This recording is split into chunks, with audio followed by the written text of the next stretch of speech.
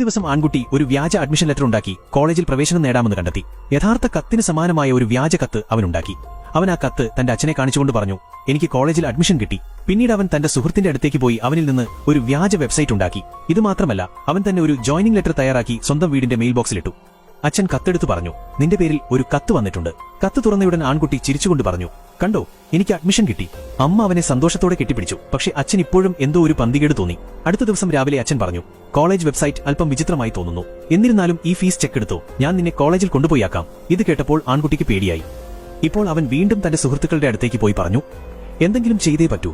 ഒരു പെൺകുട്ടി പറഞ്ഞു, ജ്വലിക്കുന്ന ദൈവത്തെക്കൊണ്ട് സാധിക്കും. അവൾ അവരെ അടഞ്ഞുകിടക്കുന്ന ഒരു പഴയ ആശുപത്രി കാണിക്കാൻ കൊണ്ടുപോയി. അവൾ പറഞ്ഞു, കുറച്ച് അറ്റകുറ്റപ്പണികൾ ചെയ്യൂ, ഇത് ഒരു കോളേജാവും. എല്ലാ സുഹൃത്തുക്കളും ചേർന്ന് വൃത്തിയാക്കാൻ തുടങ്ങി. ഏറ്റവും മോശം അവസ്ഥ ടോയ്ലറ്റിനായിരുന്നു. ഏതാനും ദിവസങ്ങൾക്കുള്ളിൽ എല്ലാവരും ചേർന്ന് ആ സ്ഥലം ഒരു കോളേജ് പോലെയാക്കി. ഇപ്പോൾ ഒരു പ്രിൻസിപ്പാളിന്റെ ആവശ്യമുണ്ടായിരുന്നു. ഒരു തൊഴിലാളിയെ കണ്ടെത്തി. അയാൾ നേരത്തെ ഒരു ചെറിയ സ്കൂളിലെ പ്രിൻസിപ്പലായിരുന്നു. ആദ്യം അയാൾ വിസമ്മതിച്ചു. പക്ഷേ അന്നുതന്നെ ഒരു ഉപഭോക്താവിന്റെ പരാതി കാരണം അയാൾക്ക് ജോലി നഷ്ടപ്പെട്ടു. അപ്പോൾ അയാൾ ആ വാഗ്ദാനം സ്വീകരിച്ചു. ഇപ്പോൾ ചില ആൺകുട്ടികളെ പണം നൽകി വിദ്യാർത്ഥികളാക്കി. ഡേവിഡിന്റെ മാതാപിതാക്കൾ അവനെ കോളേജിൽ കൊണ്ടുപോകാൻ വന്ന ദിവസം അവർക്കെല്ലാം യഥാർത്ഥമായി തോന്നി. ഹോസ്റ്റലിലെ അവന്റെ റൂംമേറ്റിനെയും അവൻ അവർക്ക് പരിചയപ്പെടുത്തി. എല്ലാം പദ്ധതി അനുസരിച്ച് നടക്കുകയായിരുന്നു. പക്ഷേ അപ്പോഴാണ് അവന്റെ അച്ഛൻ പ്രിൻസിപ്പലിനെ കാണാൻ വന്നത്. തുടക്കത്തിൽ സംഭാഷണം നന്നായി പോയിരുന്നു. പക്ഷേ കുറച്ചു കഴിഞ്ഞപ്പോൾ പ്രിൻസിപ്പൽ വിചിത്രമായ കാര്യങ്ങൾ പറയാൻ തുടങ്ങി. അച്ഛന് സംശയമായി. പക്ഷേ ഡേവിഡ് തമാശയായി പറഞ്ഞ് വിഷയം ഒഴിവാക്കുകയും സാഹചര്യം കൈകാര്യം ചെയ്യുകയും ചെയ്തു. അച്ഛൻ ചിരിച്ചുകൊണ്ട് വീട്ടിലേക്ക് മടങ്ങി. പക്ഷേ യഥാർത്ഥ പ്രശ്നം വരാനിരിക്കുന്നതേ ഉണ്ടായിരുന്നുള്ളൂ. അടുത്ത ദിവസം ഒരു അപരിചിതനായ ആൺകുട്ടി കോളേജിൽ വന്നു പറഞ്ഞു, ഞാൻ നിങ്ങളുടെ വെബ്സൈറ്റിൽ അഡ്മിഷൻ എടുത്തിട്ടുണ്ട്. ഡേവിഡ് കരുതി അയാൾ ഒരു ഭ്രാന്തനാണെന്ന്. ഒരുപക്ഷെ അയാൾ ചികിത്സയ്ക്ക് വന്നതായിരിക്കാം. പക്ഷേ അപ്പോൾ അവൻ പറഞ്ഞു, മറ്റ് വിദ്യാർത്ഥികളും എന്റെ കൂടെ വന്നിട്ടുണ്ട്.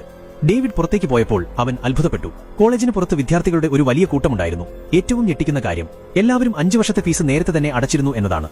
ഡേവിഡിന് തന്റെ ജീവിതകാലം മുഴുവൻ സുഖമായി ജീവിക്കാൻ മാത്രം പണമുണ്ടായിരുന്നു. അവൻ സ്റ്റേജിലേക്ക് പോയി എല്ലാവരോടും സത്യം പറയാൻ ആലോചിച്ചു. പക്ഷേ അപ്പോൾ ഒരു വിദ്യാർത്ഥി എഴുന്നേറ്റെന്ന് പറഞ്ഞു, നന്ദി സർ, എനിക്ക് ഒരിടത്തും അഡ്മിഷൻ കിട്ടുന്നുണ്ടായിരുന്നില്ല. നിങ്ങൾ എനിക്കൊരു അവസരം നൽകി. ഇതിനുശേഷം കരഘോഷം മുഴങ്ങി. ഡേവിഡ് സ്വന്തമായി അഡ്മിഷൻ എടുത്തവരെല്ലാം ആരാണെന്ന് ചോദിച്ചു. എല്ലാവരും കൈ ഉയർത്തി. സിസ്റ്റം ഒരിക്കലും അവസരം നൽകാത്ത കുട്ടികളാണ് ഇതെന്ന് അവന് മനസ്സിലായി.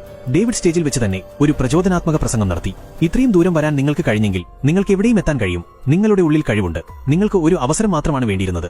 എല്ലാ വിദ്യാർത്ഥികളും സന്തോഷത്തോടെ നൃത്തം ചെയ്തു. ഡേവിഡിന്റെ സുഹൃത്ത് ഭയന്നു പറഞ്ഞു, നമ്മൾ പിടിക്കപ്പെട്ടാൽ ജയിലിൽ പോകും. പക്ഷേ ഇതിപ്പോൾ വെറുമൊരു വ്യാജ കോളേജായിരുന്നില്ല.